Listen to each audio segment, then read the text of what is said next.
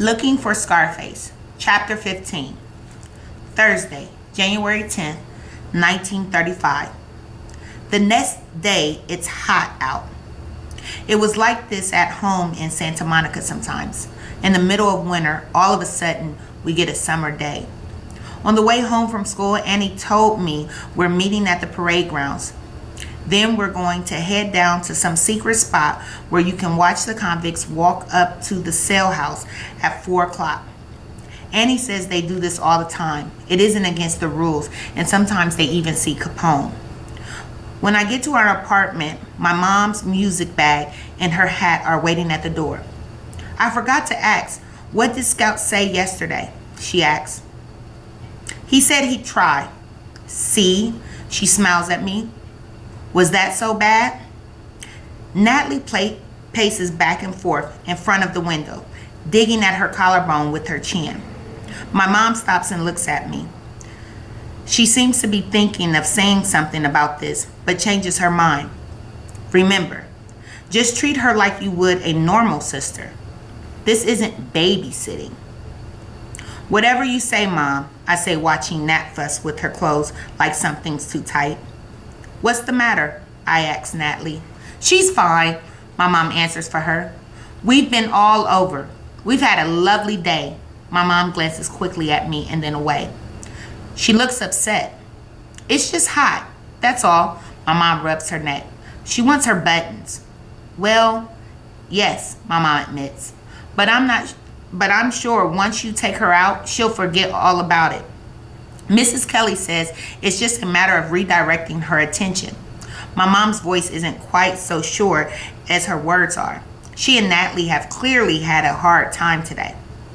Don't you think it's kind of mean taking her buttons away? My mom stares at the curtains. We have to try this. You'll take good care of her? She asks, her gloved hand on the door. Sure. I'll be back at 6:30, my mom says. In my room, I dig through the drawer for my swim trunks. Come on, Nat, I say. Nat jumps up, motors to her room and shuts the door. I knock, a hard rap. Natalie, let's go. She doesn't open the door. I knock again. Then I push it open a crack. She's standing in her bathing suit. Oh no, I say, you can't wear that. The warden was very clear about this. No girls are allowed to wear suits on account of the convicts.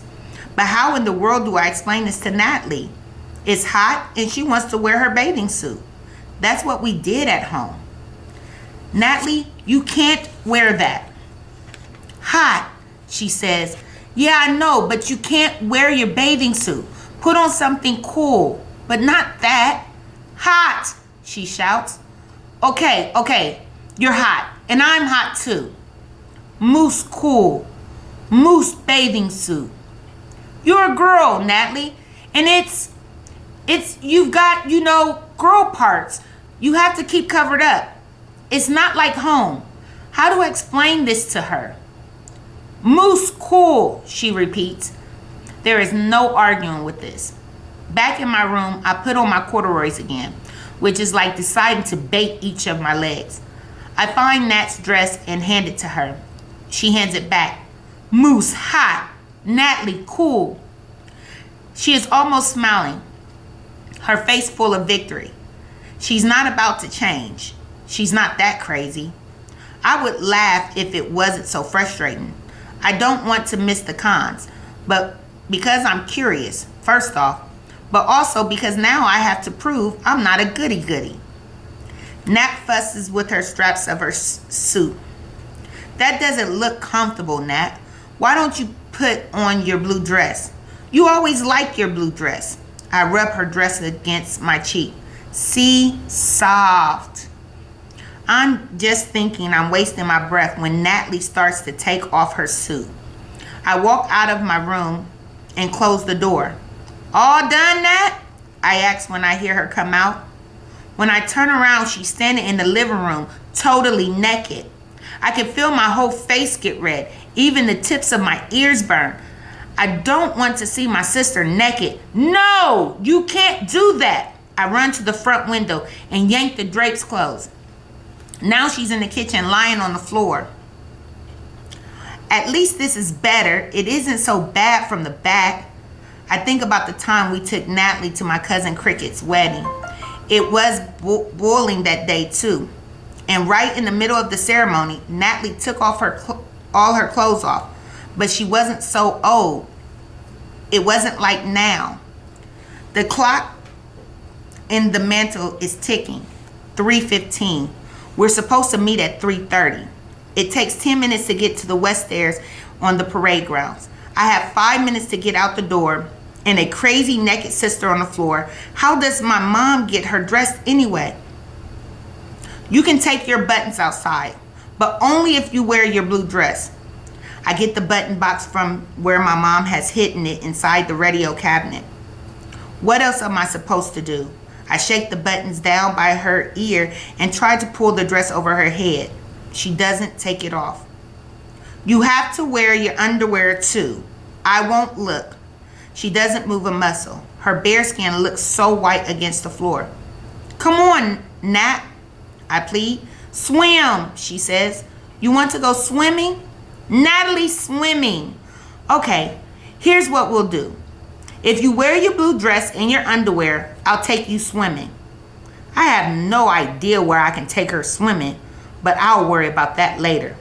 Swim, blue dress, underwear, swim later. I tried to talk to her in her language. Moose double, she says. Double what?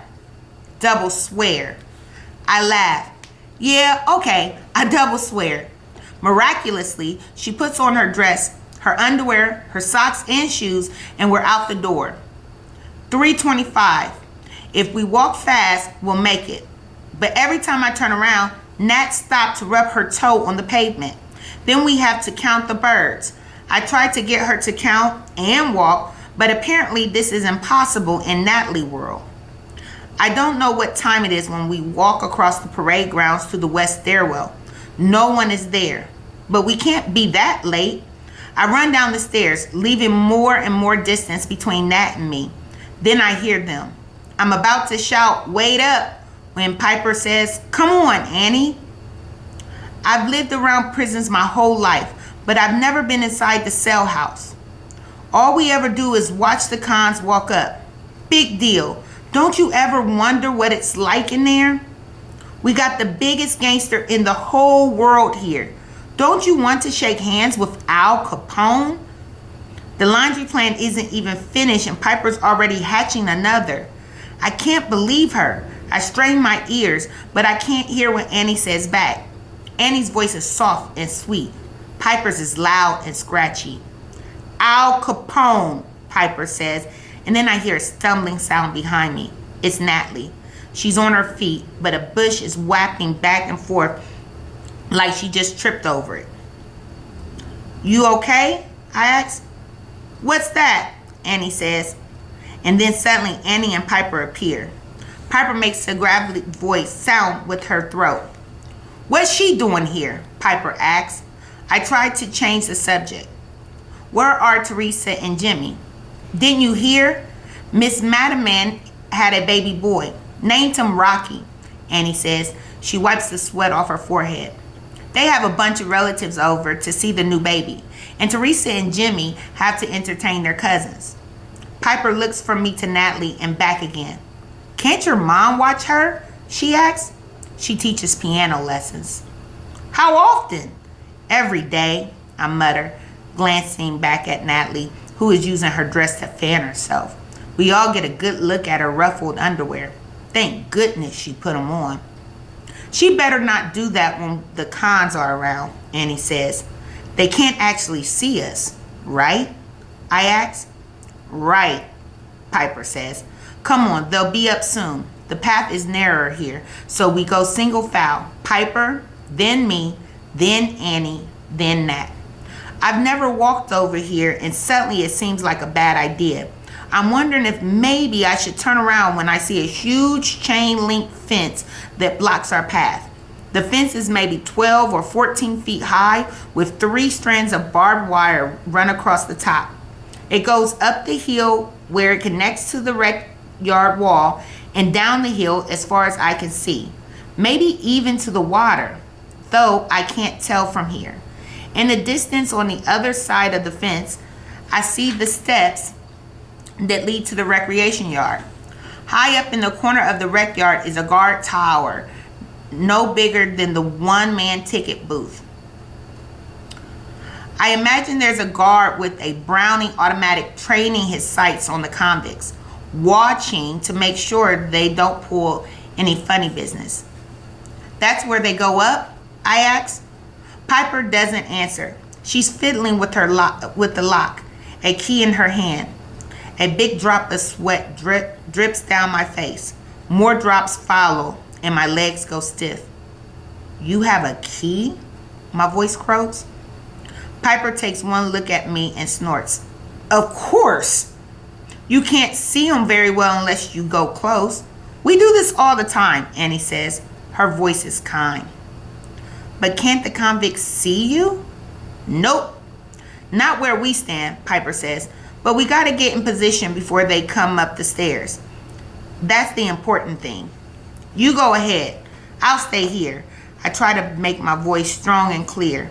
I can't take Natalie, up there. Natalie, like she has anything to do with it. Chicken, bark, bark, bark. Piper clucks, flapping her arms. Come on, Annie. She spits in the bushes. We're late. I watch them until they disappear behind the bush. Would you get a load of that guy? I hear Piper say. Piper, give it a rest, Annie says. Natalie and I settle on our side of the fence. I climb the hill to a spot that seems safe. Nat is still standing up. Nat, get down, I tell her. Natalie's eyes pass over me, the way an electric fan moves on its course. But to my surprise, she gets down. We settle in, huddled together on our bellies in a small space, which gives us good cover and a faraway view of the steps going up. I definitely don't want to be any closer. For once, I'm actually glad Natalie's with me.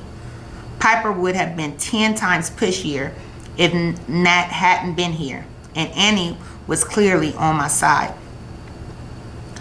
We don't hear anything but birds chirping, the lap of the water against the shore, and the revving of a boat I don't see. Sound is strange near the water. Sometimes faraway things sound close. And then I hear a dull, steady pounding sound. Footsteps. Dozens of them. Then the first head pops into view. A dark gray officer's hat. And another. Then white hats. Denim shirts and pants. White hats. Denim shirts and pants. I strain to make out faces. But we're much too far away. One of those guys has a big scar down the side of his face. That's Al Capone, I whisper to Natalie. I wonder if Piper and Annie are close enough to spot Capone. I wonder if they can see the 85 printed on his back. The first guard stops at the top of the stairs. He steps aside and lets the prisoners pass one by one through the recreation yard door until only the guard is left. He takes one look down the steps and across to the industry buildings. Why is he doing that? Doesn't he already know they're all inside?